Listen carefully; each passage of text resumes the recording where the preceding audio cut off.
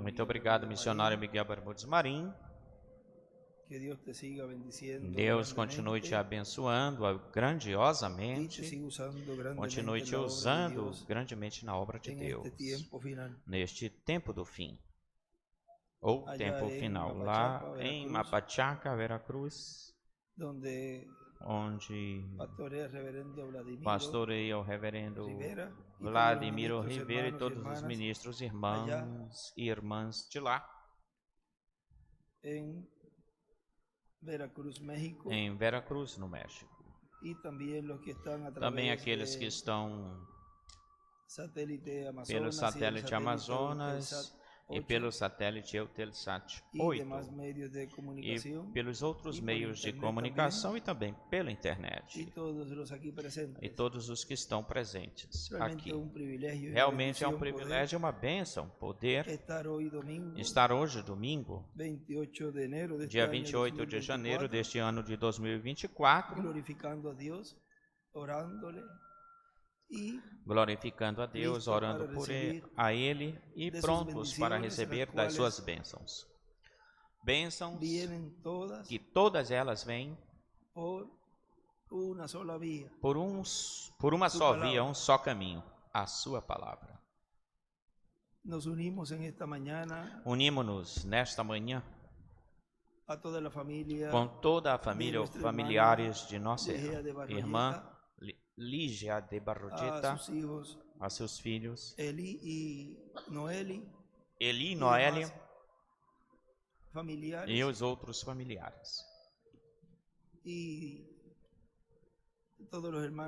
todos os irmãos de lá da congregação onde ela se reunia.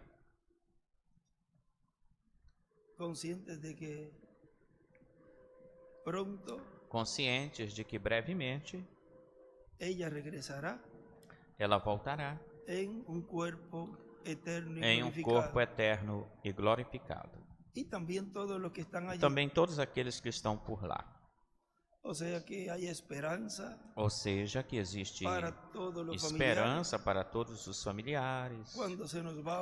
Quando se nos parte, vai um ser querido. Ficamos tranquilos.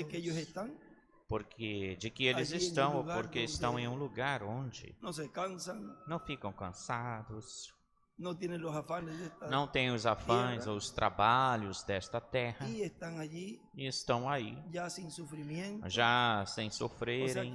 Ou seja, que em pensar em todas essas coisas, o nosso coração fica tranquilo, se tranquiliza, porque eles estão bem. É por isso que eu lhe dizia, Hope, a esperança, dizia para o irmão Branham, prometes que tu não vais ficar triste. Eu estou bem aqui. E ele todo entristecido, e ela estava feliz, porque tudo é felicidade lá. Portanto, os únicos que ficam tristes somos nós que ficamos aqui. Eles lá estão felizes. Se cada um pudesse, dos familiares, se Deus permitir isso, perceberiam que eles estão bem.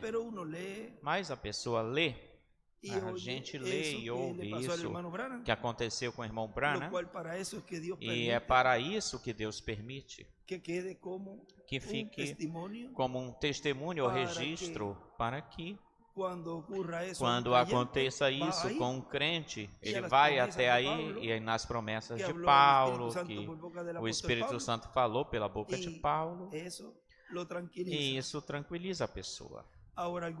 Agora, algum dia, já não terá que morrer mais ninguém. Terá que morrer algum dia. Ou seja, que aí vai se completar o número vai ficar completo, e eles esperam por um. Ele diz que ele virá e te julgará, fala para o irmão Branham. E quando ele vem ou vier, ou seja, eles estão esperando a vinda do Senhor por lá. nenhum dos que foi até lá efetivou, fez esse juízo lá. Mas existirá um que irá até lá. E já então, com esse que vai até aí ou até lá, não vai mais morrer escolhido, não vai mais morrer. Da mesma forma como tem um último escolhido que foi chamado e juntado, mas antes desse último, vieram o penúltimo, o antepenúltimo, e é assim na sexta dimensão. Vai faltar esse último faltante, que quando ele chegar, já não chegará mais, ninguém irá até lá mais.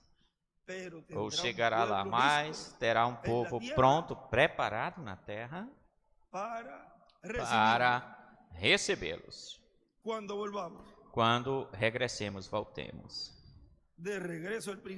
De volta ao princípio, ao tema que temos para este momento. Foi pregado no dia de sábado, 4 de outubro de 2014, em Bogotá, Colômbia.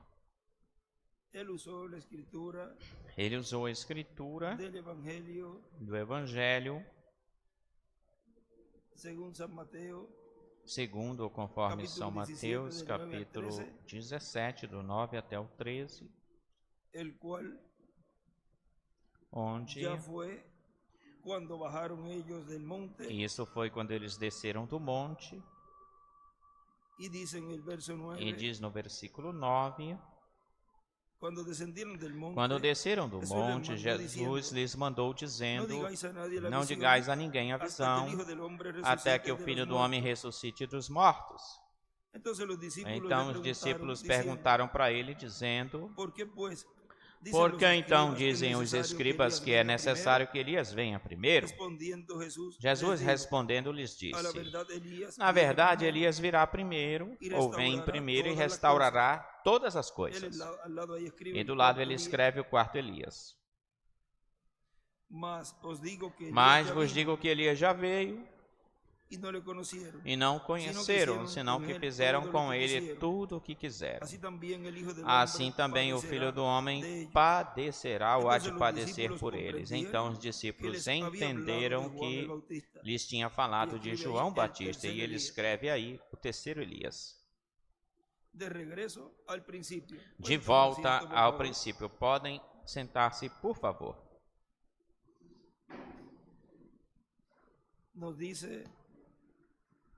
Nos diz na mensagem o poderoso Deus revelado ou desvelado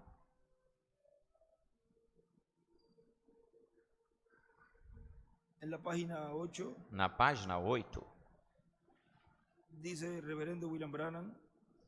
diz o reverendo William Branham, precursor da segunda vinda do Senhor com espírito e virtude de Elias, na sua quarta manifestação nos Estados Unidos ou América do Norte, nos diz: assim que Deus no princípio era vida, o eterno. Nele havia atributos, e esses atributos tornaram-se palavras, e a palavra se fez carne. Jesus foi um redentor, e redimir significa regressá-lo, fazer voltá-lo, e para ter que voltar ou retornar algo, fazer algo retornar, isso deveria estado primeiro em algum lugar, em uma posição onde se deve voltar. Assim que você notará ou perceberá que nem todo mundo poderá vê-lo, porque nem todo mundo estava no pensamento de Deus no princípio. Vê isso? Olhem para os sacerdotes. Quando eles viram Jesus expressar-se a si mesmo, mostrando o que ele era, exatamente de acordo com a palavra, eles disseram: é Beelzebul. E isso mostrou de que natureza eles eram, ou foram. Uns identificavam ele como filho de Deus, outros como filho de Davi. Mas vejam, aqui os sacerdotes, o concílio do Sinédrio, lhe chamavam que ele era Beelzebu. Diziam para ele isso. Consequentemente, já era sabido aí que eles não tinham representação no céu. Por aquilo que eles falavam. Isso era o que tinha no coração deles. Isso mostrou a natureza da qual eram. Ou de que natureza eles eram. Essa era a ideia moderna daquele tempo. Mas quando aquela prostituta que ele encontrou na porta, ele mostrou o sinal messiânico para ela e dizendo para ela tudo o que ela tinha feito, o que ela era, ela o ouviu e disse: cavalheiro, eu percebo que tu és profeta. Nós sabemos que quando o Messias vier, ele nos dirá todas estas coisas. Ela o estava reconhecendo como o Messias ungido, porque ele preenchia as condições da Escritura. Você não vê isso? As duas partes do papel estavam se juntando. Nós sabemos que quando o Messias vier, agora, e ele escreve o sinal messiânico.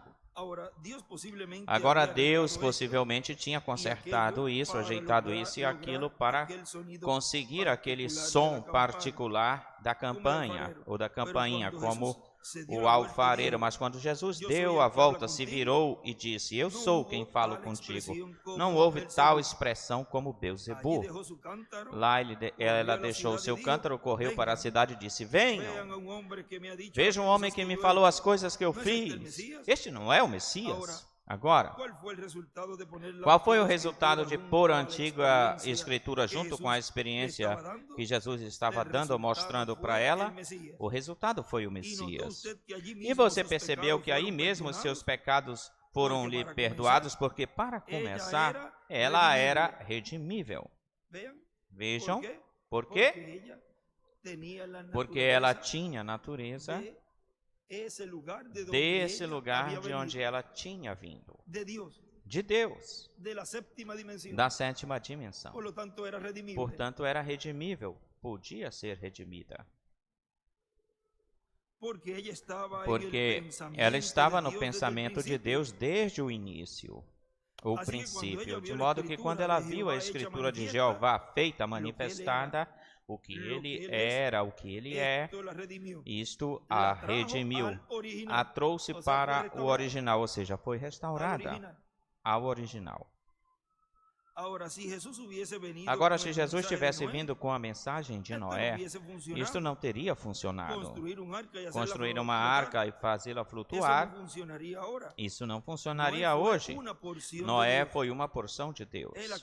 Ele agia de uma forma muito peculiar ou diferente, porque ele era peculiar ou diferente. Sua mensagem era peculiar porque era a palavra de Deus manifestada. Tampouco poderia ter vindo com a mensagem de Moisés, porque não teria funcionado. Moisés era Deus manifestado em uma porção. Ele era a palavra manifesta ou manifestada para aquela hora. Mas Jesus não podia vir nessa forma, desse jeito. A Bíblia não dizia que ele tinha que vir assim, dessa forma. Mas quando ele veio e expressou-se, o fez tal e como estava escrito no Antigo Testamento. Então, todos aqueles que eram redimíveis creram nele. Porque eles eram os pensamentos de Deus, os atributos dele, no princípio, se manifestaram em carne e foram redimidos, voltados, novamente retornados a Deus. Tantos quanto o receberam, ele lhes deu o poder de serem feitos filhos de Deus, aqueles que o receberam, porque eles podiam ser redimíveis. E ele escreve: eles existiam desde o princípio como expressão de Deus. Escreve: os filhos de Deus existiam desde o princípio. Escreve o irmão William. Se nós parássemos aqui por um instante, se fosse possível, e pensássemos nisto nesta noite, na mensagem da hora, os pensamentos expressados ou expressos de Deus, se nos diz que antes da fundação do mundo, nossos nomes foram postos no livro da vida do Cordeiro. Assim que nós podemos ver ambos os lados, como disse no princípio, e pelo qual nós somos diferentes, raros, tem que ser dessa forma. Assim sempre foi, assim continuará sendo. Era a palavra, e a palavra se fez carne e habitou entre nós. Ele era a palavra. Agora, nós podemos ver que Deus, depois de ter se manifestado para o seu povo de diversas formas ou maneiras, velou-se ou escondeu-se em peles de texugo no seu trono de misericórdia. Vemos isto, tal como Salomão, quando dedicou o templo do Senhor, e estas peles de texugo estavam dependuradas lá, o véu, como ele veio na forma do pilar de fogo, e como uma nuvem, e escondeu-se como uma nuvem, e se escondeu por trás do véu, velando-se para o mundo de fora o exterior. Mas, pela fé, Israel sabia que ele estava lá. Eles sabiam disso. Independentemente daquilo que o mundo pagão dissesse ou falasse, ele estava escondido para o incrédulo, mas o crente, pela fé, sabia que ele estava lá. Eles tinham misericórdia, e ele estava no seu trono de misericórdia, e isso era um grande segredo. Vocês sabem que nos dias do Antigo Testamento, o entrar por trás daquela cortina era morte ou seria morte. Estar fora dela hoje é morte. E escreve o trono, o véu, a porta é igual Cristo.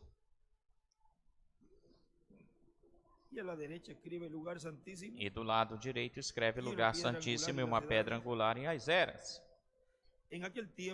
Naquele tempo, ao ele entrar na sua glória era morte, o entrar na sua glória era morte. Hoje, permanecer fora dela é morte. E isso aconteceu certamente quando o véu rasgou-se, aquele velho véu, quando ele morreu no Calvário. Hoje, o permanecer fora da sua presença é a morte. Bem, isso você deve esquadrinhar a Escritura para ver em qual dia estamos vivendo, porque isso muda de uma forma para outra. Agora,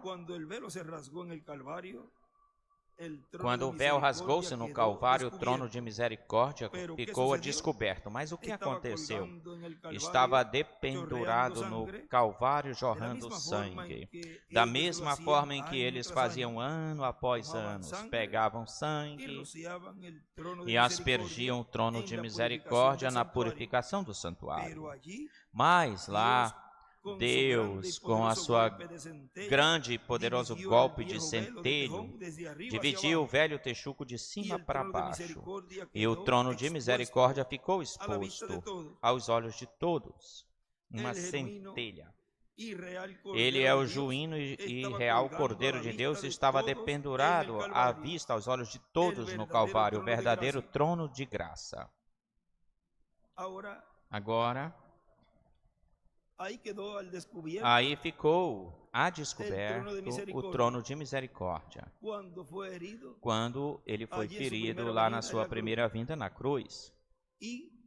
E ficará exposto o trono de juízo quando Apocalipse 11 terminar o seu ministério. E vejam que já não é trono de misericórdia, senão que verdadeiramente era trono de juízo.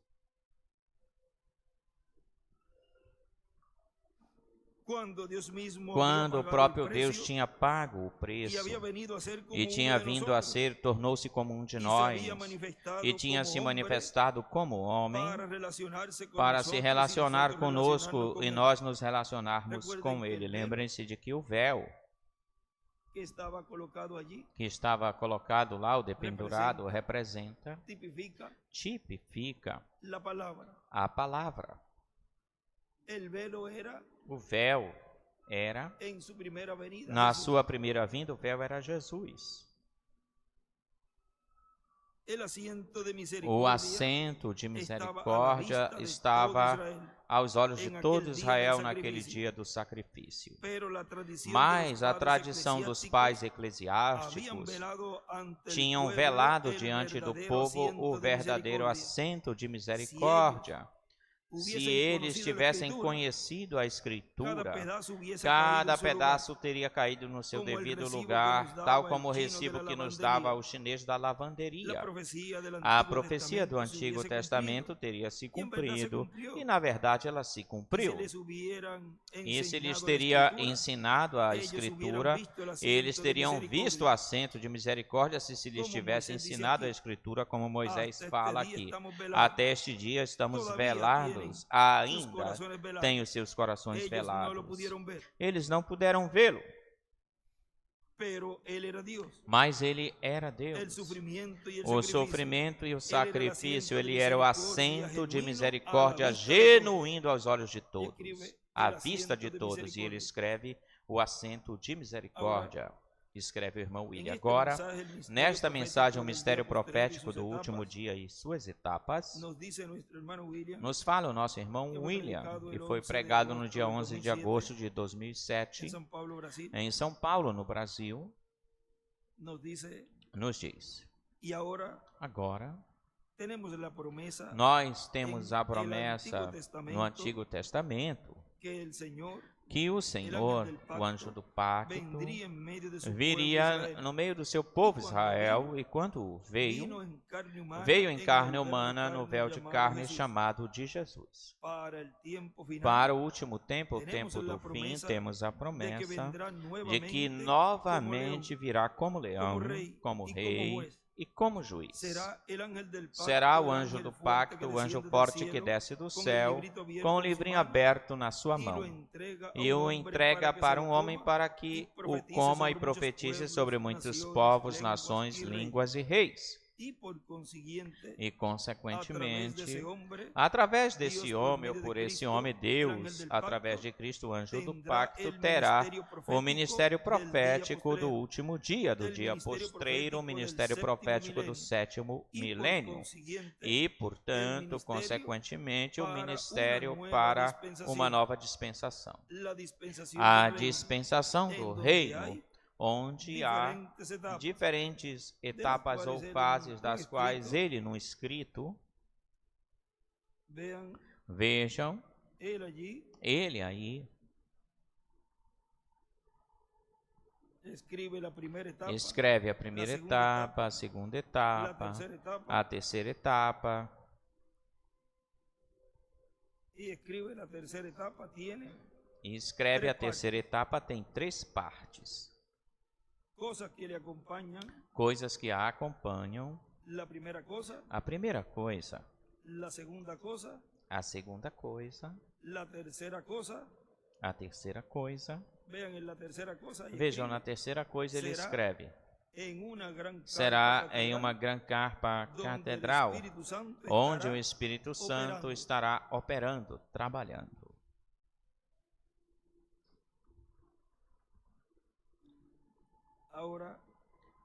Agora, olhe o que ele continua dizendo. Por isso, o sétimo selo tem diferentes etapas.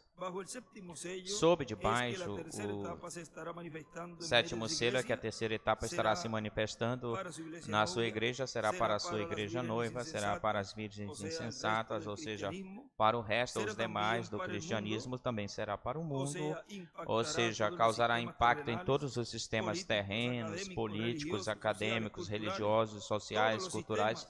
Todos os sistemas e a sua gente ou pessoas serão impactadas, e também causará impacto no povo hebreu. Lembrem-se de que é uma mensagem como o tema de ontem, para todos.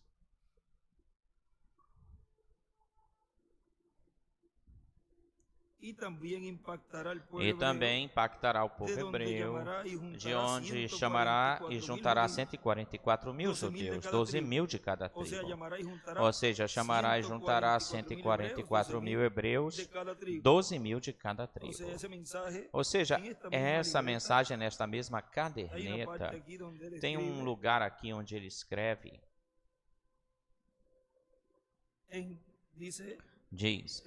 ele escreve, onde Deus está, em Espírito Santo, estão sendo feitas e vistas as obras de Deus, prometidas que ele realizaria, faria, e ele as cumpre através do seu enviado, do seu ungido, e fala a toda a família humana, para bons e maus. Vejam que é esse ministério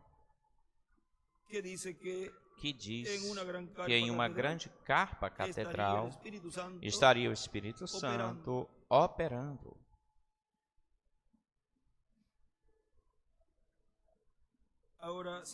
Agora continua dizendo nosso irmão William. Agora vejamos o que diz o reverendo William Branham na página 128 do livro de citações, parágrafo 1143, e faz a citação: debaixo da sétima trombeta é para Israel a mesma coisa que o sétimo selo foi para a igreja. Página 128, vamos ver aí. 1143, parágrafo. Debaixo da sétima trombeta. Isso está na mensagem Festa das Trombetas. É um extrato, isso aí é um extrato dessa mensagem, Festa das Trombetas. E aí ele escreve: sétima trombeta, sétimo selo. Aí escreve isso no livro de citações. E o irmão William diz: o que é para Israel é a mesma coisa que foi para a igreja. Por quê? Porque o mensageiro para Israel vem para a igreja também. E agora vejamos um pouquinho mais. Achamos debaixo do sétimo selo que quando ele está lendo neste mesmo parágrafo, vemos debaixo do sétimo selo que quando essas almas que estavam debaixo do altar lá, as quais receberam túnicas, foram-lhes dadas túnicas, não porque eles merecessem, não porque eles as merecessem, mas porque estavam na dispensação quando Deus todavia estava tratando ou lidando com mercê, com misericórdia. Diz o irmão William, misericórdia com gentios. Trabalhando com mercê com gentios. Judeus não com judeus. Com judeus não estava lidando com mercê, com misericórdia. Estavam sob juízo. Que perfeitos. Então são a sexta trombeta e o sétimo selo.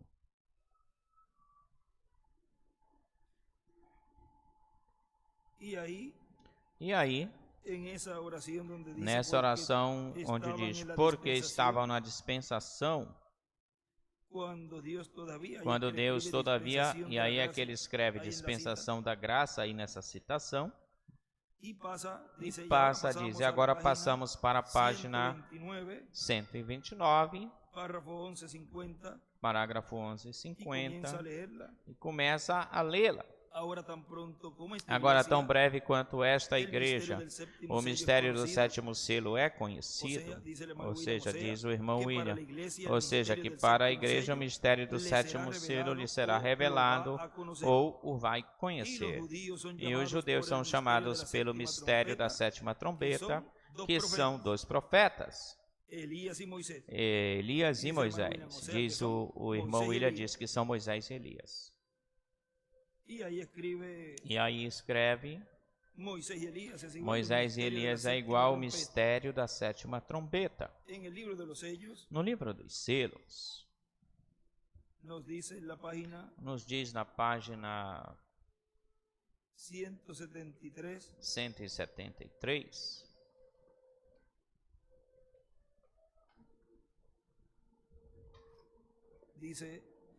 diz, Agora, a obra de Satanás é perverter a palavra de Deus e trocá-la pelo arrazoamento ou razão humana. Depois, o sinal que põe sobre os seus súditos é o de rejeitar a palavra original.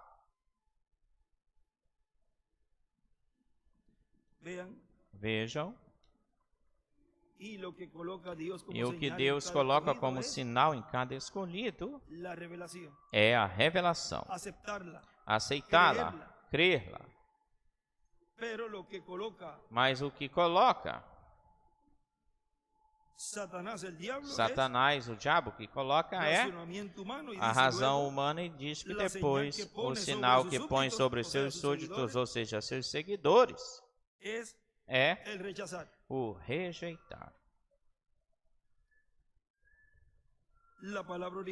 A palavra original. Agora deixe-lhes mostrar o tipo disso para que possam ver. Tudo está em tipo. Na palavra e em tudo. Não devem ir-se daqui confusos, confundidos. No Antigo Testamento, quando um homem tinha sido vendido como escravo, e a cada 50 anos chegava o ano de jubileu, onde tocava-se a trombeta, e quando o escravo ouvia isto e queria ficar livre, não tinha nada que pudesse impedir a sua liberdade ou libertação. E aí ele desenha uma pirâmide, e as últimas duas eras escreve 42. Na parte de Wesley, mais 7, 49, escreve 49. E na parte da pedra angular escreve 50, que é o ano de jubileu. E no outro livro dos selos ele escreve o ano 50 de jubileu e a trombeta.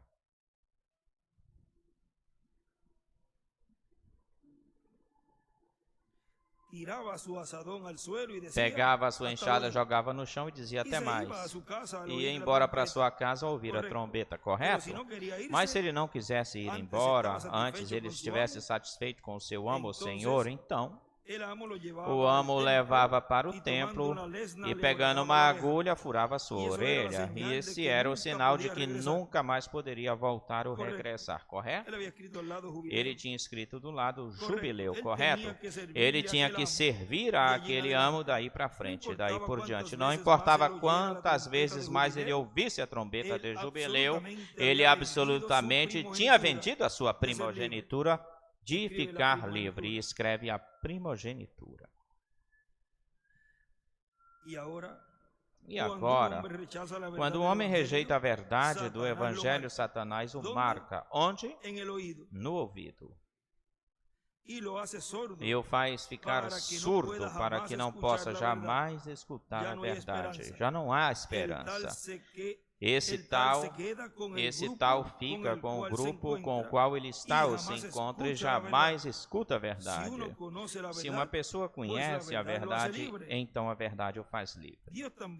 Deus também marca os seus quando vem vindicando-lhes a sua palavra prometida, vindicando para eles. Escreve vindicar a sua palavra prometida, confirmar. Exatamente, João 14, 12, Marcos 16, onde Jesus disse, e estes sinais seguirão aos crentes. Agora vejamos isso detalhadamente por um momento.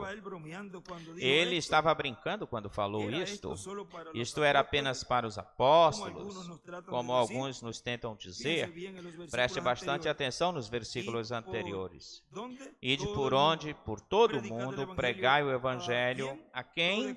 Para toda criatura.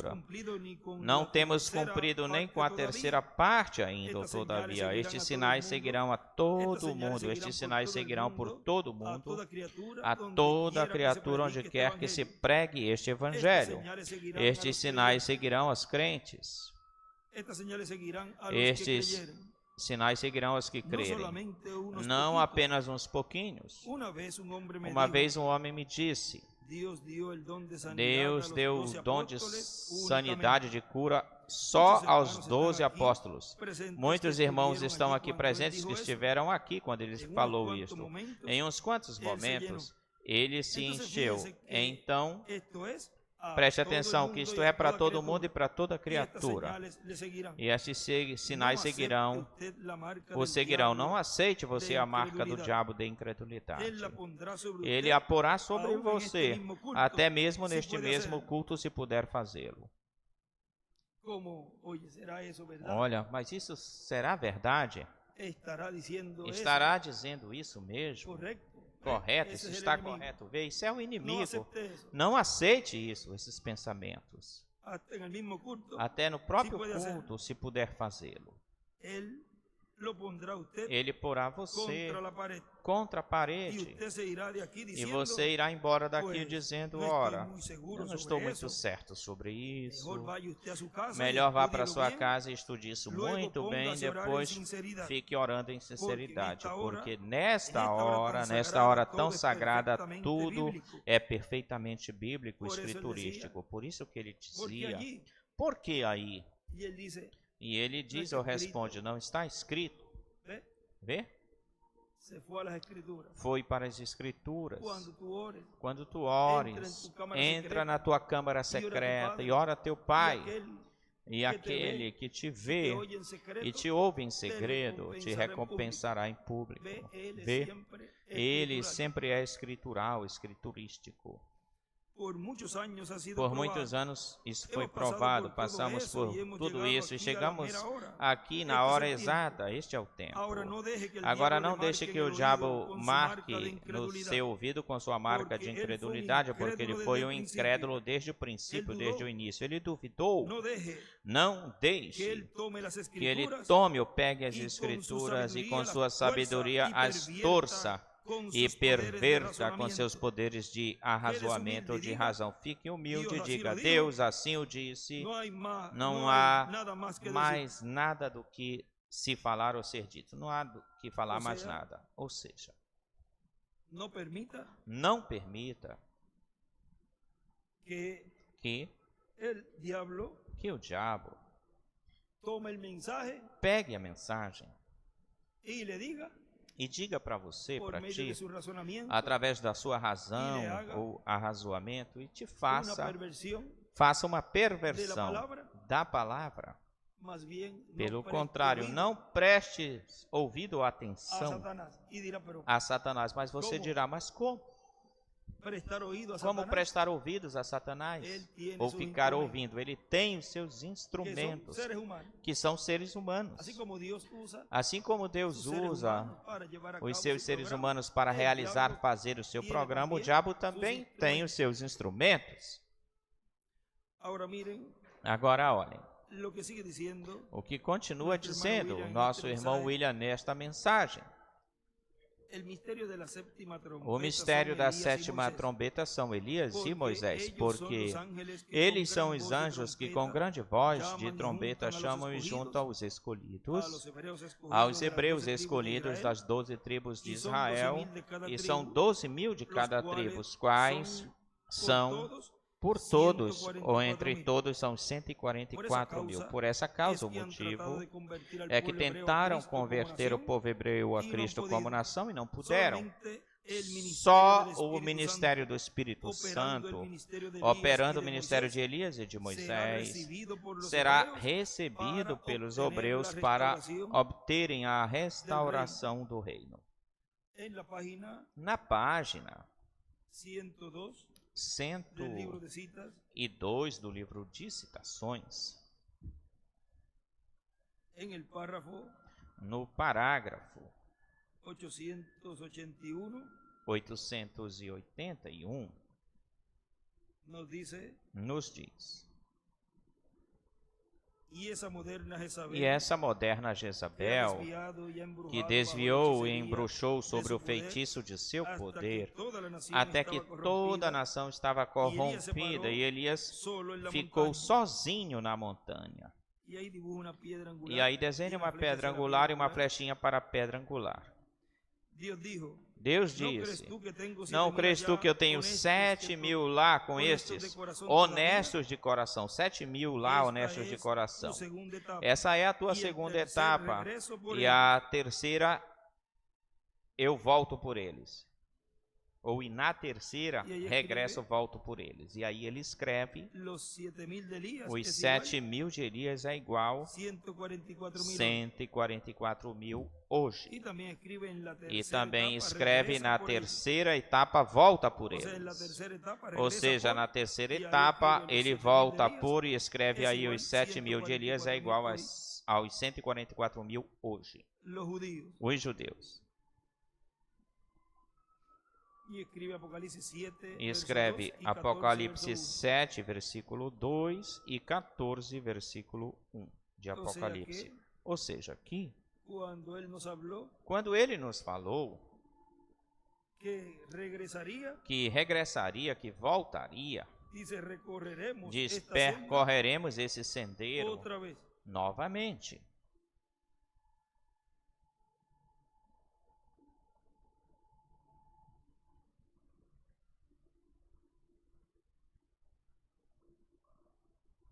Página 166. Página 166 do livro de citações diz, agora eu estava ficando muito velho e pensei, haverá outro avivamento, verei um outro tempo, e apenas lembrem-se, do oeste virá um cavaleiro em um cavalo branco. Cavalgaremos este sendero novamente. Isso é correto. Tão breve quanto estejamos quase prontos ou preparados. Veem vocês? É uma promessa. E aí vocês têm ele voltando na sua quinta manifestação, junto com Moisés, para recolher, selar os 144.000. Mas como a igreja está no ponto de ser raptada, então diz que ele vem pela sua igreja. Parágrafo 176 da página 22. E aí estão essas duas testemunhas. E quando eles atormentem o mundo com as suas pregações e reúnam novamente os judeus, trazendo-os ao arrependimento, trazendo-os novamente a que creiam, quando vejam a Jesus Cristo vindo pela noiva, eles dirão, olhai, olha, este é o Deus a quem esperávamos, este é Ele. Mas Ele não vem por eles, vem pela sua noiva.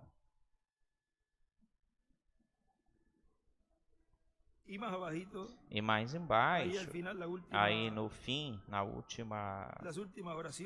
últimas orações, diz a mesma coisa. Esses judeus vão ter um grande tempo de batalha antes da vinda. Agora, da perseguição, fazendo-os voltar novamente à pátria natal, os leva a eles como um monte de ovelhas de novo ao Monte Carmelo lá. Quando o Senhor Jesus Cristo vier pela sua noiva e eles o vejam, eles dirão, esse é o que temos esperado. Ali está Ele. Ele se levantará com cura em suas asas.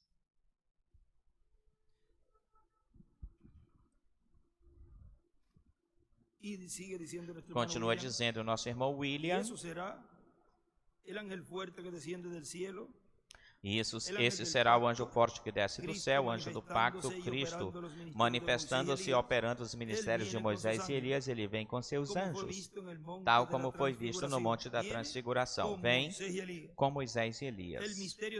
O mistério do sétimo selo é a vinda do Senhor, a vinda do anjo forte, a vinda do anjo do pacto. O mistério da sétima trombeta é o mistério de Moisés e Elias, operado pelo Espírito Santo. E nós lemos isso aí, que é o que Deus estaria realizando nessa grande carpa catedral. Diz que será em uma grande carpa catedral onde o Espírito Santo estará operando. Operando o quê? Operando os ministérios de Moisés e de Elias. Onde esteja o Espírito Santo no último dia, estará operando o ministério de Elias pela quinta vez, o ministério de Moisés pela segunda vez, porque o Espírito de Elias é nada menos do que o Espírito Santo Cristo na mensagem. Isso diz que o Espírito, onde diz o Espírito de Elias, é o Senhor Jesus Cristo, ou o Espírito que temos.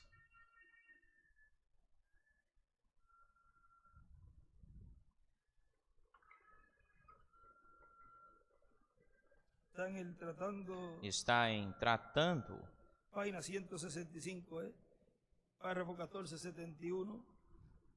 Página 165, parágrafo 1471. Esse não foi Elias, esse foi o Espírito de Deus sobre Elias. Elias foi apenas um homem. Agora tivemos os Elias, os abrigos de Elias e os mantos de Elias, e tudo isso dos Elias. Mas o Elias deste dia é o Senhor Jesus Cristo. Ele há de vir segundo São Mateus 17.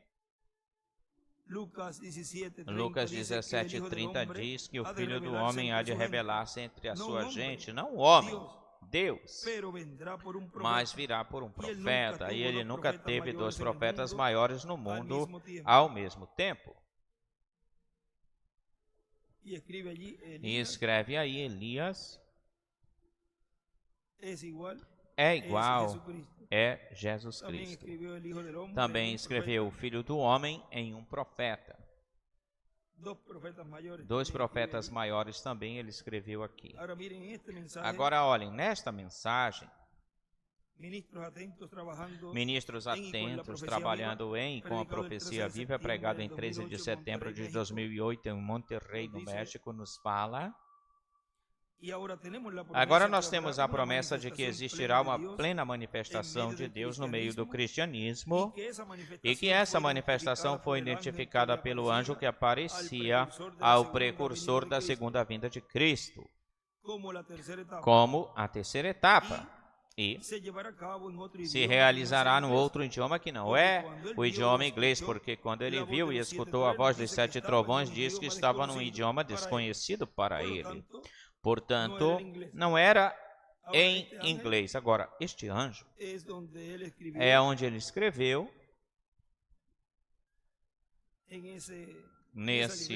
nessa caderneta que ele escreveu, o anjo que aparecia ao irmão Branham é Gabriel, ou seja, o arcanjo Gabriel, quem, vejam, mostrou para ele tudo o que estava acontecendo nessa grande carpa catedral.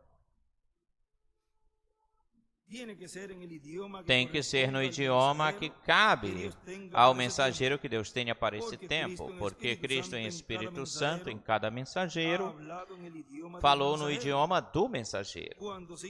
Quando se fez carne, ora, falou no idioma do anjo mensageiro, o anjo do pacto feito carne, que era o hebreu, o aramaico, que ele falava, e eles falavam naquele tempo. Esse era o idioma de Jesus. Agora olhem na página 208 ou 207 do livro dos selos.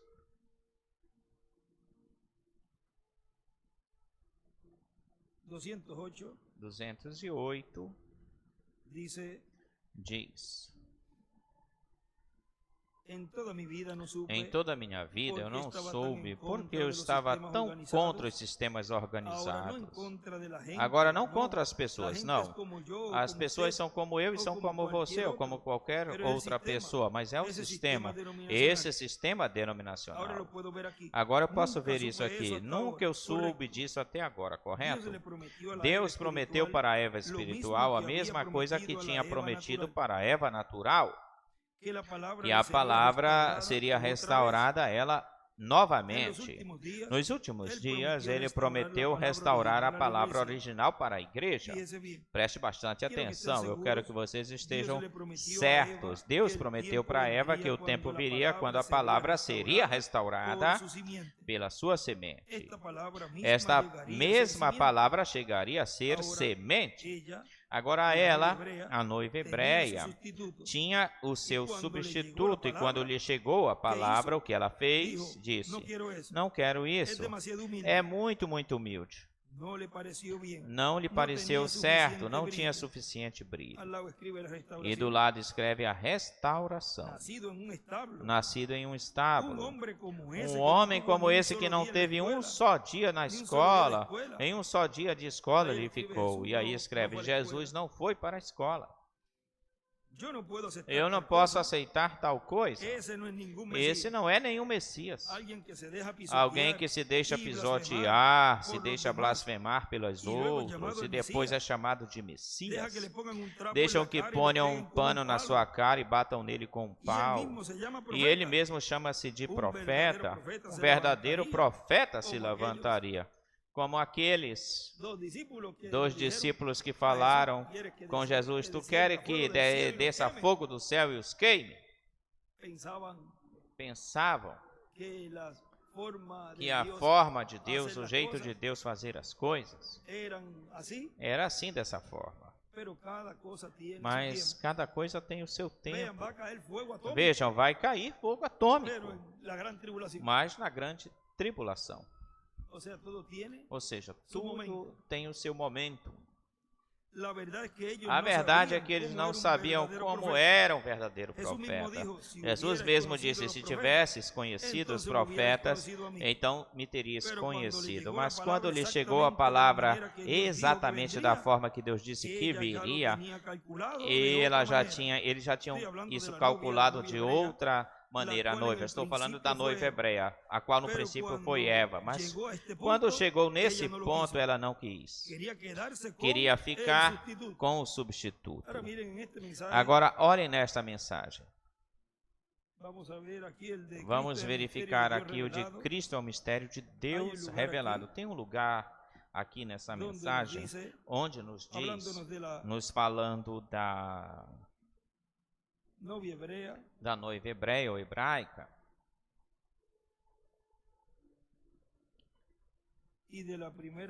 e da primeira Eva,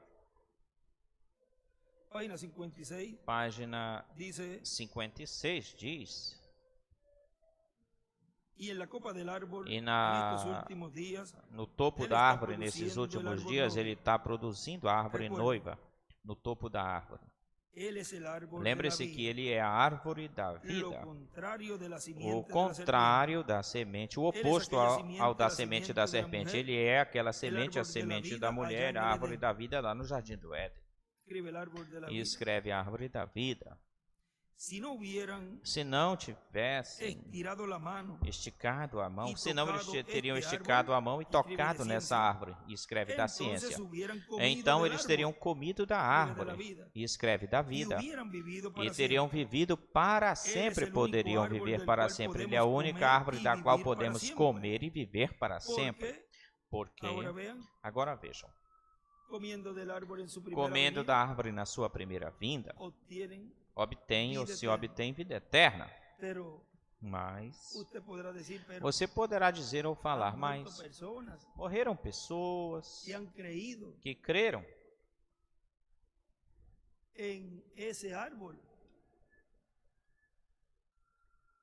Morreram pessoas que creram nessa árvore. É preciso, é necessário comer da árvore da vida na sua segunda vinda, para que tanto aqueles que partiram como aqueles que estão vivos obtenham um corpo eterno e glorificado.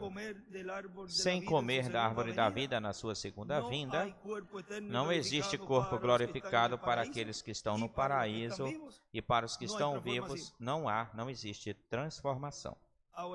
Agora, como todavia ele não tinha se manifestado como leão da tribo de Judá e como cordeiro de Deus, ou seja, lá no Éden, então eles caíram da vida eterna. E vejam como, de que forma, através desse sacrifício que eles fizeram lá, desse animalzinho, eles estavam, sem dar-se conta ou perceber, porque daquilo que eles perceberam é que eles estavam nus. Isso foi o que eles perceberam, que estavam nus. Mas lá estava tipificando, representando esse cordeiro perfeito. Ou seja,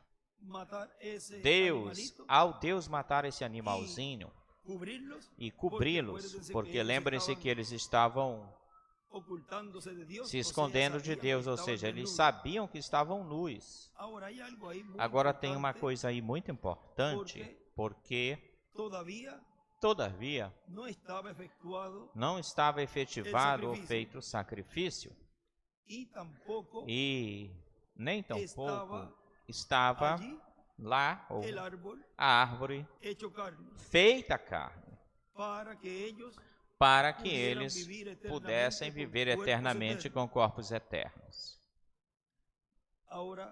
Agora, vejam vocês uma coisa, nós vamos ir um pouquinho mais fundo. Ele é a única árvore da qual podemos comer e viver para sempre. Porque a sua palavra é vida. Então foi a palavra de Deus, a que Eva rejeitou no jardim do Éden. Mas aqui nós temos a Cristo, a palavra feita, manifestada a palavra, quando ele chegou na terra.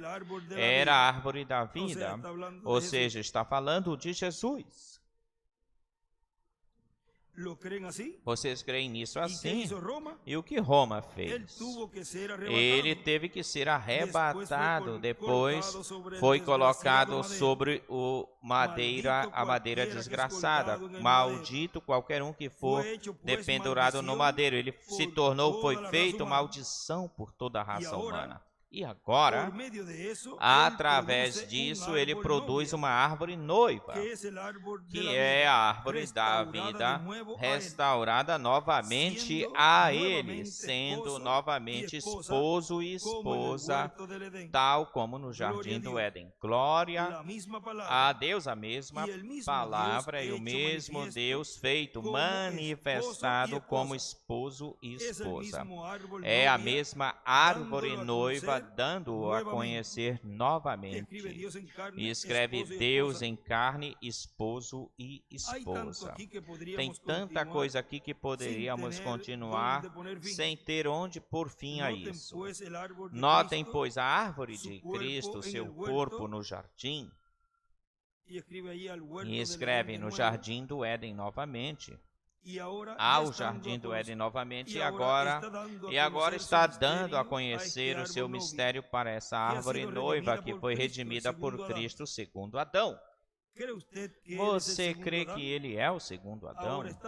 Agora está voltando para casa, ao jardim, juntamente com a sua esposa que caiu, a qual ela foi redimida e colocada novamente na sua casa. Esse é Cristo, a igreja, hoje em dia. Ele voltando com a sua noiva, ele regressando, voltando com a sua esposa, e em cima escreve de volta, de regresso ao jardim do Éden.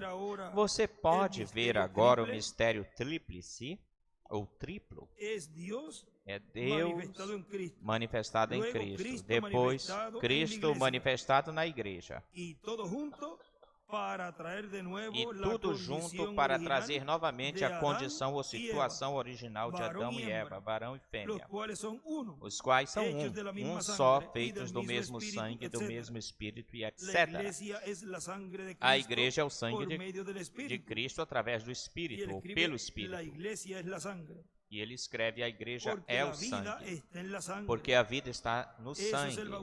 Esse é o batismo do Espírito Santo, o qual nos batiza no seu corpo, porque ele só reconhece o seu corpo, a sua carne, a sua palavra.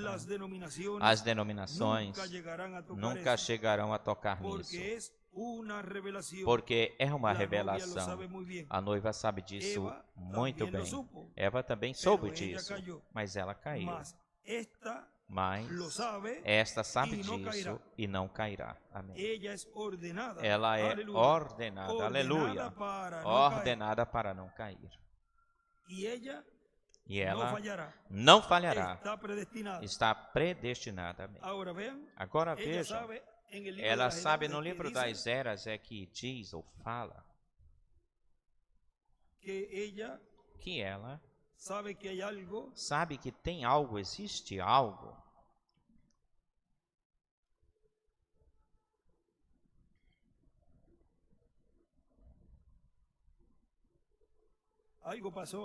Algo aconteceu faz uns minutos atrás, onde nós estávamos falando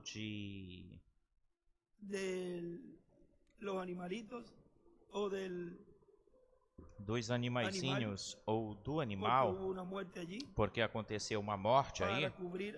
Para cobrir Adão e Eva, aconteceu uma morte aí. E tem que ver algo aí, tem que ser visto. Olha,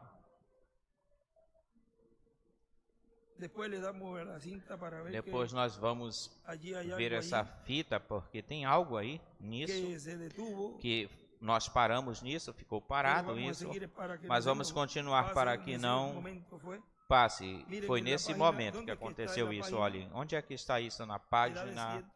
Nas eras 187. Vamos ver neste aqui. Ele diz que a noiva sabe. Ou seja, se ela sabe, é porque Deus vai abrir o entendimento dela, vai dar essa revelação para ela, para não cair tal como Eva caiu. Vejam. Porque, claro, já está predestinada para não cair.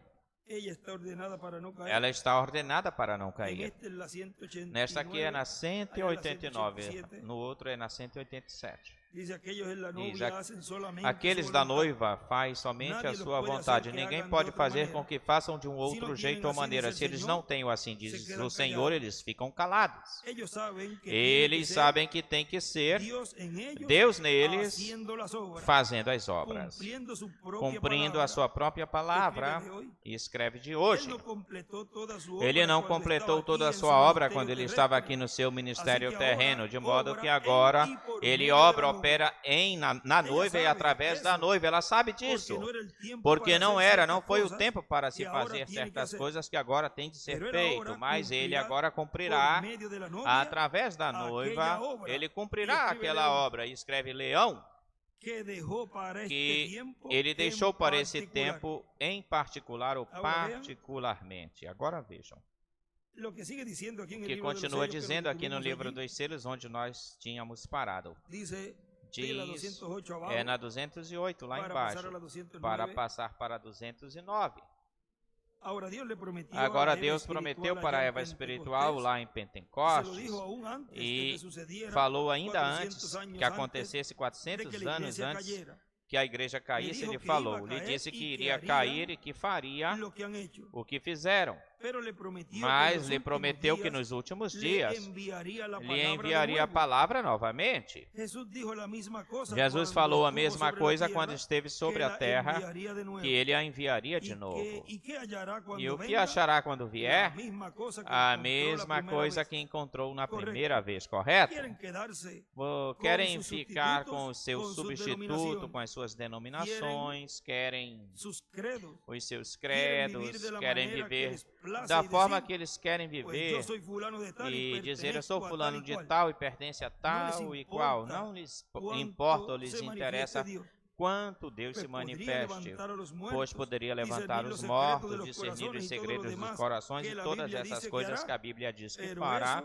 Mas isso não lhes importa nada disso. Se isso não sair de uma organização, então não está fundamentado na verdade. Não pagaram lá para os soldados para que dissessem que Jesus, que os discípulos tinham levado o corpo de Jesus? Não pagaram lá os verdugos para isso? Na ocasião em que ele ressuscitou Lázaro, na ocasião... Não pagaram lá para eles. Ele colocou lodo no cego e viu que ele era cego de nascença, que ele tinha um conhecimento. Os familiares conheciam, os conhecidos conheciam sobre isso, que ele tinha sido ou nasceu cego. ele lhe cura e mesmo assim não crê. Vê que aquele que é incrédulo nunca vai crer, pelo contrário. Não é da sua forma, do seu jeito, e não se estranhem, não fiquem surpresos de que quando já se esteja cumprindo fisicamente, porque já o estão fazendo na parte espiritual, onde o milagre está sendo feito em todos os escolhidos de Deus, os predestinados de Deus, porque Deus nos está abrindo o entendimento das Escrituras, e esse é o maior milagre. E nos está dando a fé de rato. E já nesse campo, já estão muitos dizendo que não é assim, não creem, não acreditam. Quando vêm ou vierem os milagres físicos, vão falar a mesma coisa que falaram no tempo de Jesus. Isso é algo aí, é uma magia aí entre eles, tudo isso está planejado, e essa pessoa não estava assim como ela estava, como ela entrou aí, coxo, ou com um certo problema e agora está curado. Isso não pode ser, isso aí é um certo rodeio que se está fazendo, porque repetem a mesma coisa, até mesmo nas suas narinas, nos seus narizes, fazendo os milagres e maravilhas que Jesus fazia aí, não creram nele. Vocês creem que eles vão querer crer quando vier esse tempo? Tampouco vão crer. Mas já quando vejam que já é muito tarde, diz que virão batendo. Ou seja, que vai chegar um tempo, um momento, onde que sim, eles perceberão que verdadeiramente, como fala o irmão Branham em uma ocasião, que quando esse soldado viu tudo isso, disse: verdadeiramente, este era o Filho de Deus. Mas sempre é tarde para os incrédulos e sempre será tarde para os incrédulos. Isso é a mesma coisa que a noiva hebraica fez, correto? Eles escutaram os substitutos, mas Deus lhes prometeu o verdadeiro. Quando o verdadeiro chegou, não o quiseram porque era muito humilde. Simples. É a mesma coisa hoje. Quando este aparecer no cenário, agora Deus disse em Malaquias capítulo 4 que enviaria uma mensagem nos últimos dias, o qual restauraria, em Joel fala isso: eu restaurarei todos os anos tudo que Roma comeu, tudo que os metodistas comeram e tudo que os batistas comeram, daquele galho original pentecostal. Deus disse: eu restaurarei nos últimos dias. E Ele nos pode mandar tal pessoa que será o único instrumento ao qual Deus sempre mandou a sua palavra. É a um profeta. Não foi a reformadores, senão a profetas. Lá não foi a hora para isso, mas agora está chegando a hora, e é por isso que estamos vigiando com muito cuidado para poder reconhecê-lo. Será tão humilde e dócil.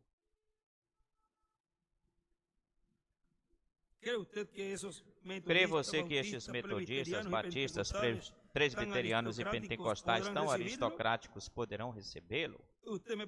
Você me pergunta, você falou pentecostais? Os pentecostais são os de Laodiceia, são os ricos que não têm necessidade de coisa alguma, mas ele lhes diz: não sabes que és pobre, pode ser que estejam construindo edifícios que custem milhões de dólares, mas de todas as formas, de todas as maneiras são pobres espiritualmente. Agora, continua dizendo nosso irmão William nesta mensagem. Agora nós temos a promessa dessa terceira etapa chamada a terceira etapa, onde a plenitude de Deus estará, manifestada. Portanto, estará o Verbo no meio da igreja noiva do Senhor Jesus Cristo, a palavra, o Verbo manifestado, tal como esteve manifestado há 2000 anos atrás. O Verbo, a palavra, porque onde quer que esteja a palavra, está velada. Tem muito mais palavra para estar velada. Tem uma parte no livro de citações.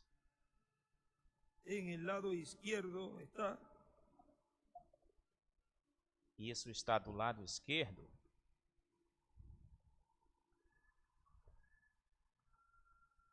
Vamos a ver, página 120. Vamos ver na página 120. Parágrafo 1065. Parágrafo 1065 é do lado da mão esquerda embaixo. Ele era a luz vindicada deste dia. Mas há muito mais palavra para ser vindicada. Ele tem que vindicar ou confirmar mais palavra. Aí ele escreve Jesus, Elias, Moisés. E quando a última palavra for vindicada, ou seja, seja feita carne, tanto no mensageiro como nos escolhidos, porque não fica no mensageiro, ou não para no mensageiro, passa para vocês e se cumpre em vocês. Ou seja, pode-se dizer, eu sou a última palavra vindicada desta geração. Isso conclui tudo. E quando a última palavra for vindicada, ou seja,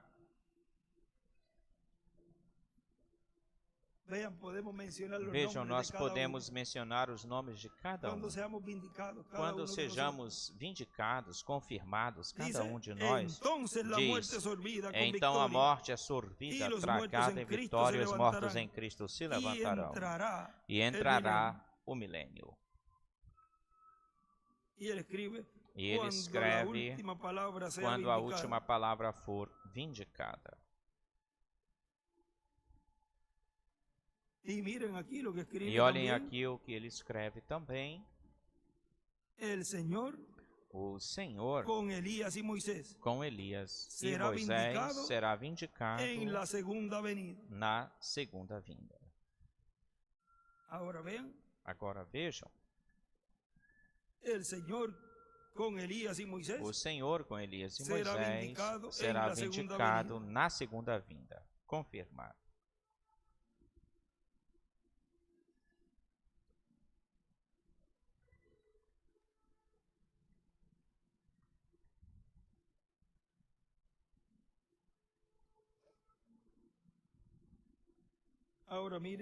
Agora olhem.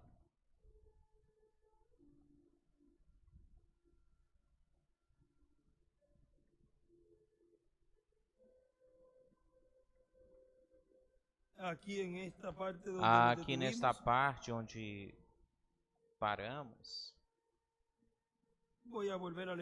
vou voltar a ler esse parágrafozinho. Agora temos a promessa dessa terceira etapa, chamada a terceira etapa, onde a plenitude de Deus será manifestada. Portanto, estará o Verbo no meio da igreja do Senhor Jesus Cristo, a palavra, o Verbo manifestado, e também terá um nome que ninguém conhecia, senão Ele mesmo, Ele próprio. Seu nome é o Verbo de Deus.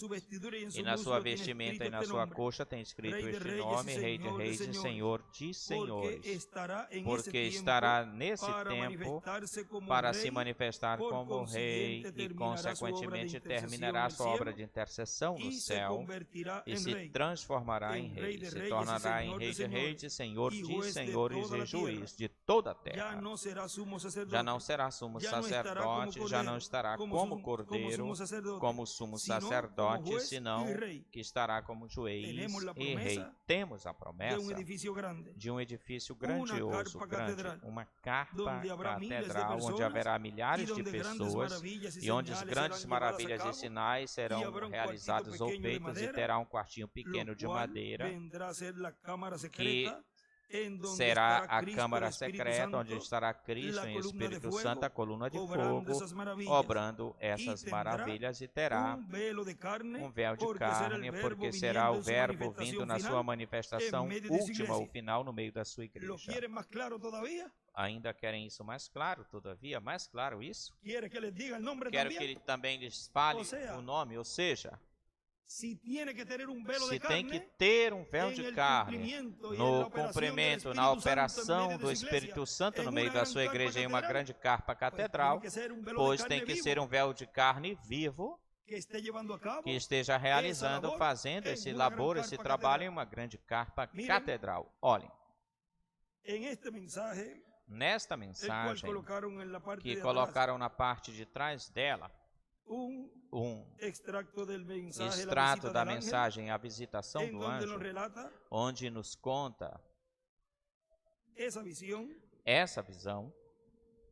E uma partezinha aqui diz: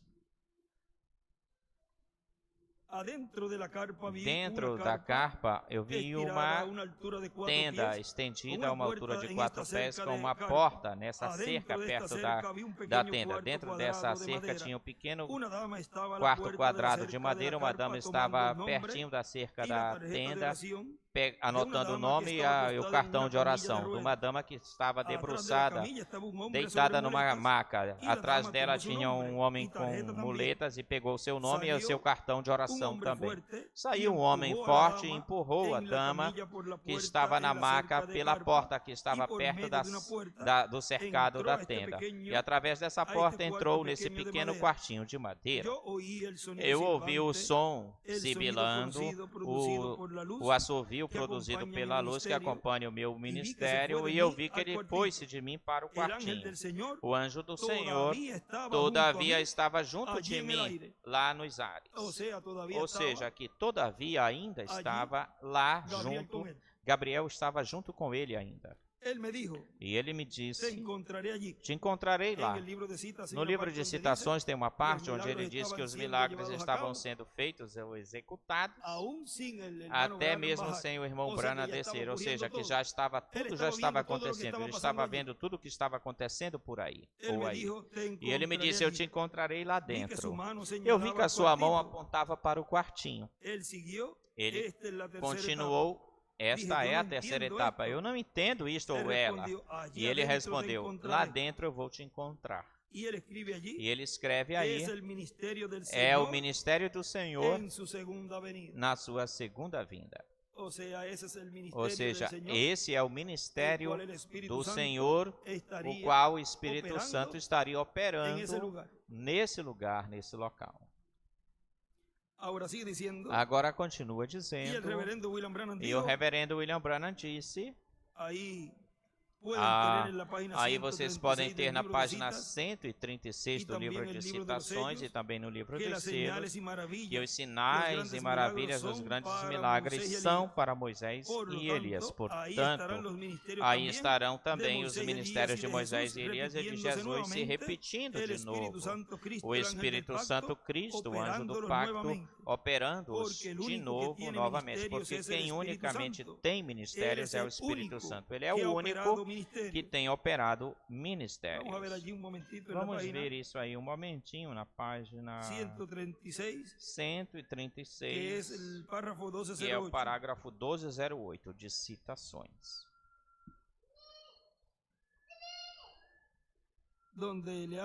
Onde lhe fazem estas perguntas, diz a noiva, antes que Jesus venha, ela terá todo o poder do Espírito Santo para fazer milagres, levantar mortos ou defuntos e assim sucessivamente, como na chuva da tarde. E essa chuva da tarde é para os 144 mil judeus. Todos os ministros terão isso. Estamos apenas esperando a vinda. Agora, chuva da tarde, 144 mil judeus, não. Isso é quando Elias e Moisés, ali é onde os milagres têm vez ou lugar. As coisas que as pessoas estiveram buscando, os pentecostais, por milagres, mas onde isso terá vez ou lugar é sob Elias e Moisés. Apenas devemos esperar a vinda do Senhor. Apenas esperem um pouco, apenem. Guardem as suas lâmpadas endireitadas, todas cheias, completamente cheias de azeite. Orem a cada hora, não a cada dia, a cada hora. Apenas guardem prontos, estejam prontos, sejam dóceis e vigilantes.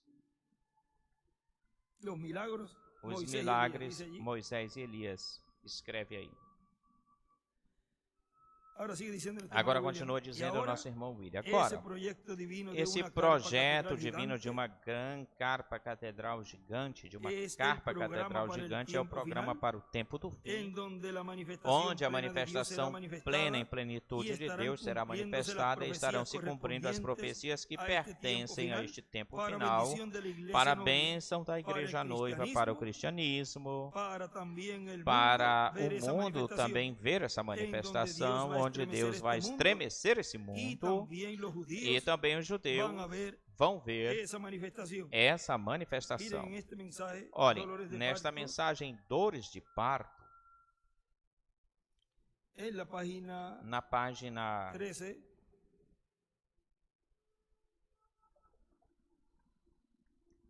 na página 13. Agora vejam, a terceira etapa, lembre-se que é para a noiva, ou seja, a parte importante é para os escolhidos, as virgens prudentes. E o irmão Branham aqui nos fala algo muito formoso, diz, essa é a forma de nós obtermos o que queremos, é clamando por isso. Clamando. Não se envergonhe. Diga, estou faminto por Deus. Não importa se os diáconos, pastores, ou que esteja ao seu redor, grite de todas as formas, grite.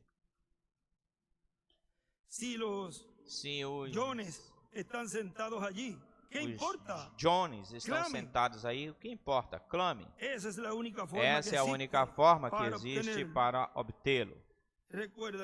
Lembrem-se da mensagem desespero.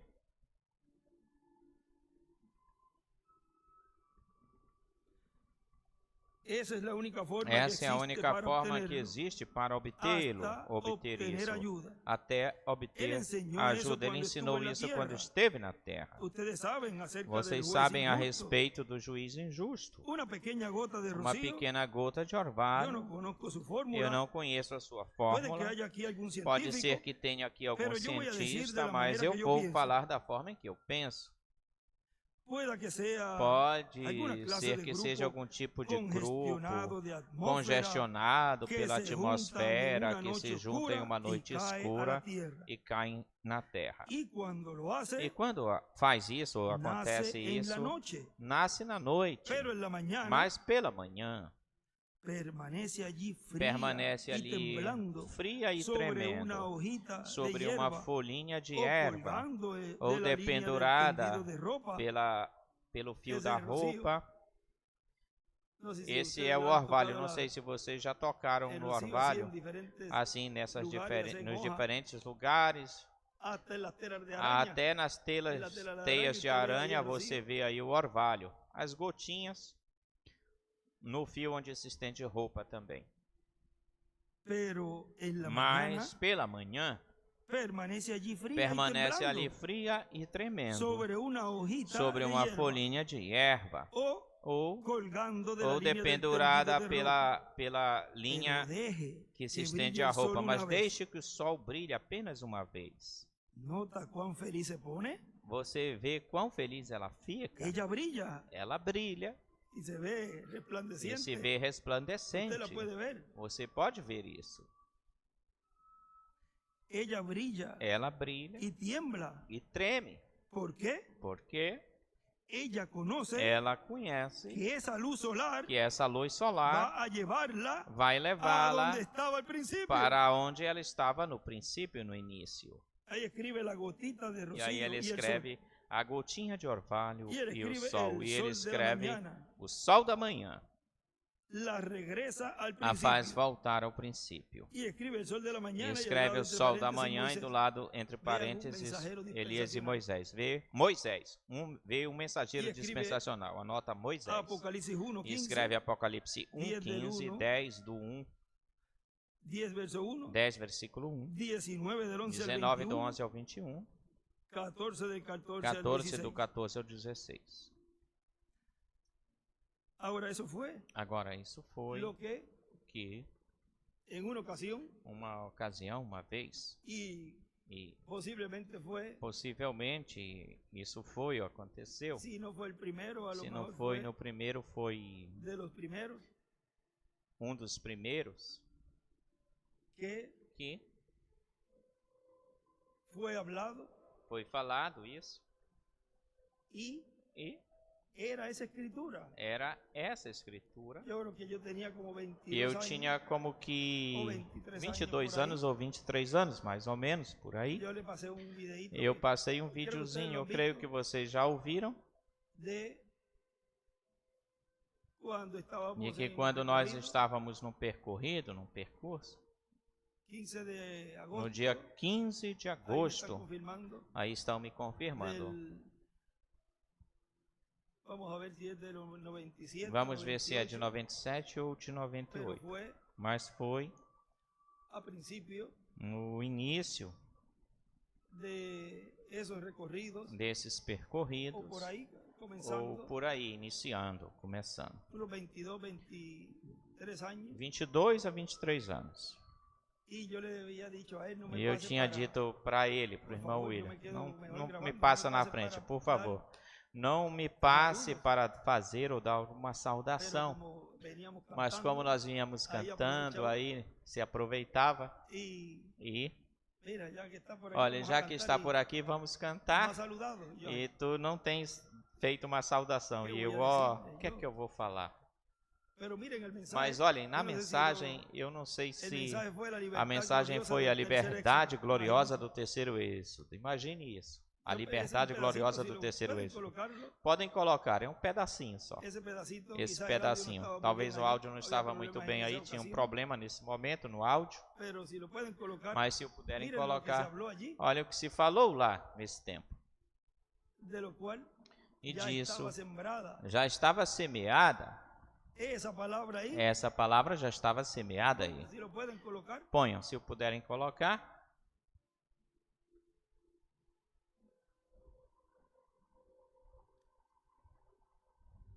Ou seja, que o meu primeiro, vamos dizer que a minha primeira mensagem, assim, no tocante. Podem pô-la.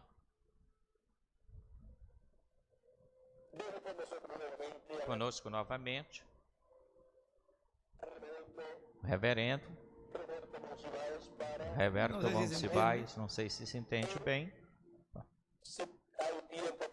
Se ainda tiver tempo, ele passará talvez para dar uma oportunidade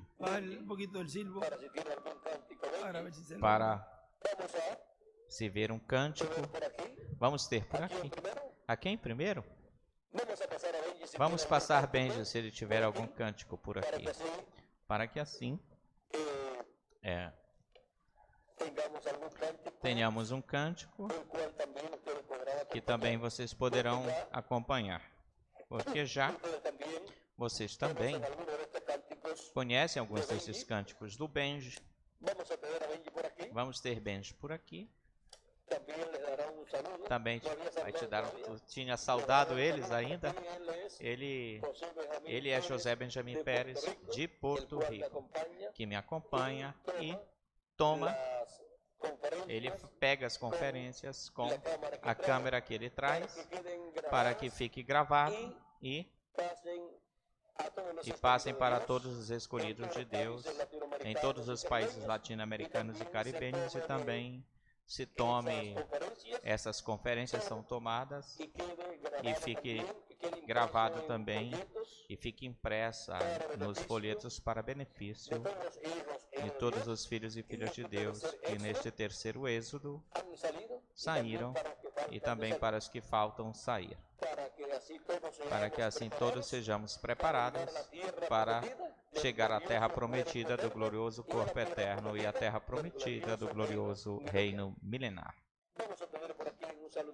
Vamos aqui com uma saudaçãozinha com José Benjamin Pérez e também uns cânticos. Que Deus continue abençoando a todos. Graças a Deus por essa bênção tão grande, que o Senhor continue abençoando grandiosamente nesta formosa manhã. Uma vez Ele nos comparou esta saída com as gotinhas de orvalho, que pela manhã, durante a noite, elas tremem, desejando que chegue amanhã, para que o sol as absorva. E nós, como gotinhas de orvalho, também trememos e clamamos a Deus, para que o sol de justiça nos ilumine e nos revele com a sua palavra, para que assim nos leve para a casa de nosso Pai Celestial. Isso nós desejamos e estamos pedindo de todo o coração, que brevemente sejamos raptados e levados para ser as bodas do Cordeiro. Agora vamos cantar, e nos acompanha também vocês com as suas palmas. Agora vejam isso. Como já ali já estava aquele que nos tirou e que nos está levando para a terra prometida do novo corpo. Estavam aí os dois. Agora vejam como já isso já estava aqui no meu coração. Porque para isso eu fui enviado, para levá-los à casa de meu Pai Celestial, para a ceia das bodas do Cordeiro. E ele continua dizendo, e assim é todo homem e mulher do Espírito de Deus. Tem algo a respeito deles quando a luz se espalha sobre nós, e escreve da manhã. Que estamos felizes porque conhecemos que voltaremos ao lugar de onde viemos, do seio de Deus. Pode relampejar de gozo quando o sol a tocar. Certamente que sim, conhecendo que vai para de onde veio, ou seja, conhecendo que vamos ao lugar de onde viemos, de Deus, da sétima dimensão. Continua dizendo o nosso irmão William aí, Deus vai estremecer esse mundo na sua última manifestação.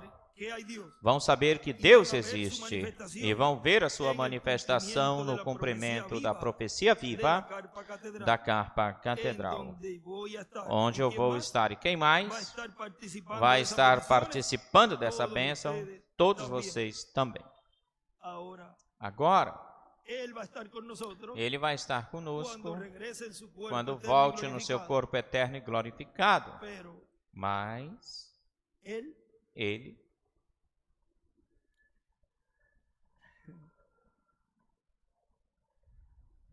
está aqui. Ele está aqui.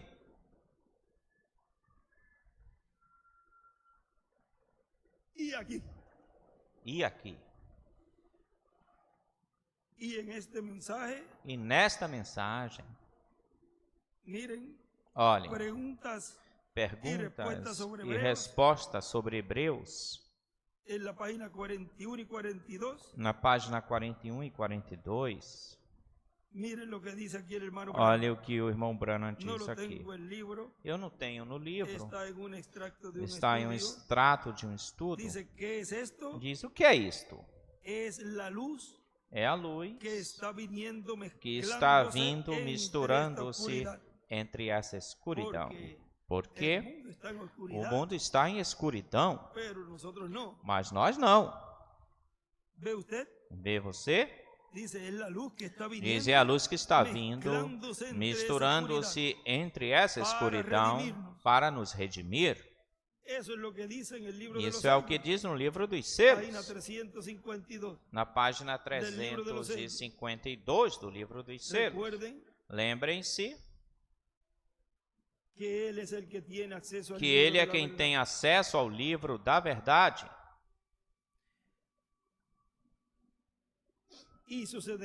E acontecerá que no tempo, quando o anticristo vier em sua plenitude, Deus também virá, diz, com Moisés e Elias, na sua plenitude para nos redimir, e escreve transformar-nos. De modo que, para que está vindo essa luz? Para quê? Diz, para nos redimir. Entendeu o que eu quero dizer? Agora, algum dia voltarei até lá. ou para lá. E então, quando a teofania vier se fazer carne imortal de novo, novamente, como era no princípio, como foi no princípio, então Jesus vem. E Deus, quando Cristo e Deus era um, Cristo se sentará no trono e todo o povo será. Cristo estará no trono de Davi, um homem, o Senhor Jesus, para nunca morrer. Quando essa perseguição vier, diz, não te assustes. Onde é que está isso no livro de Citações? Tem uma luz. Página 119. Parágrafo 1054. Quando esta perseguição vier, não te assustes. Tem uma luz, aí está a luz, aí está a coluna de fogo, a Shekinah, que diz que levará os seus filhos. Ela não passará pela tribulação, ela nunca fará isso. Ele disse que ela não. Ela será levantada. E escreve o aperto, uma luz. Raptará os escolhidos. É igual Cristo. E aí, até aí ele escreveu.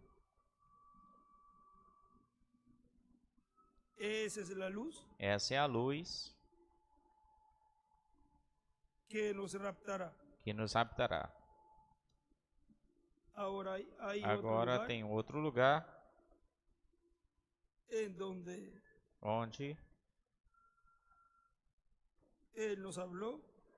ele nos falou. Tem outro lugar onde ele nos falou.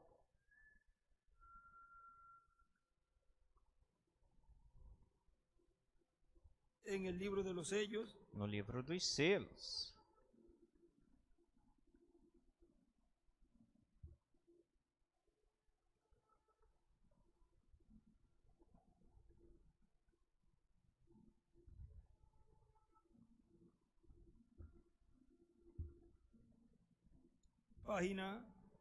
Na página desde a 370.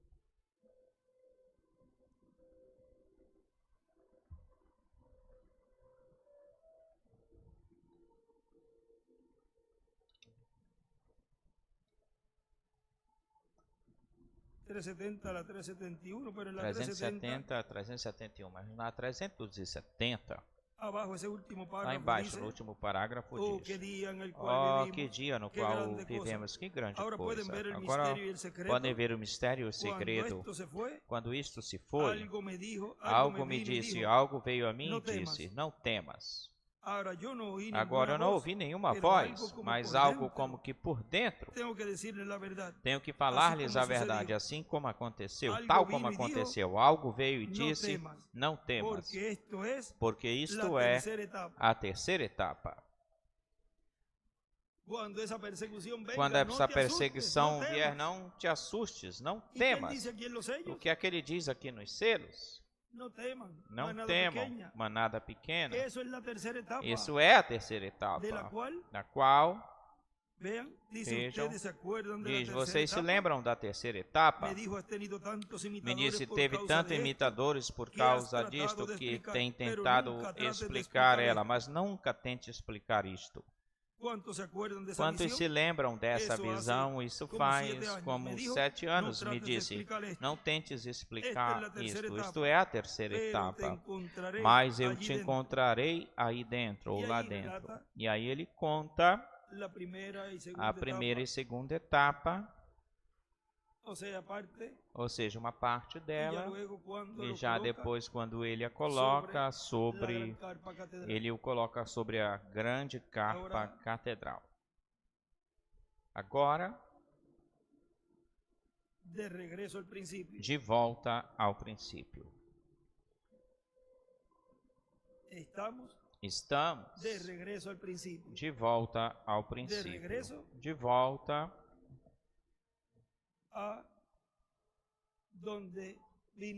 de onde viemos, da sétima dimensão. Se alguém entrasse de cheio disso, na mensagem, e a entendesse, o lançaria no rapto, ou na eternidade, no rapto, sem sabê-lo, só com entrar ao que nós conhecemos. E agora estamos entrando de cheio e estamos conhecendo tudo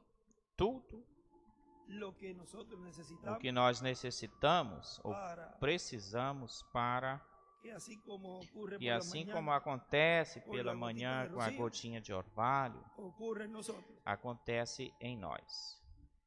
Que esse sol siga batendo em nós forte, bem fortemente, ou seja, iluminando-nos, amadurecendo-nos. Aos escolhidos, não nos vai queimar, pelo contrário, vai amadurecer. Nós somos os que esse sol de justiça nos está dando, está batendo em nós com a sua luz, com a sua revelação, para amadurecer-nos. E página 254. Saber colocar a palavra bem, colocar a palavra direito, saber usar a espada, e não por qualquer coisa que desça fogo do céu e queime todos esses, Senhor. Permite-nos fazer isso. Não. Senão que, com consciência, conscientes e com prudência, porque vamos saber plenamente como colocar a palavra bem direito. Já estamos fazendo isso.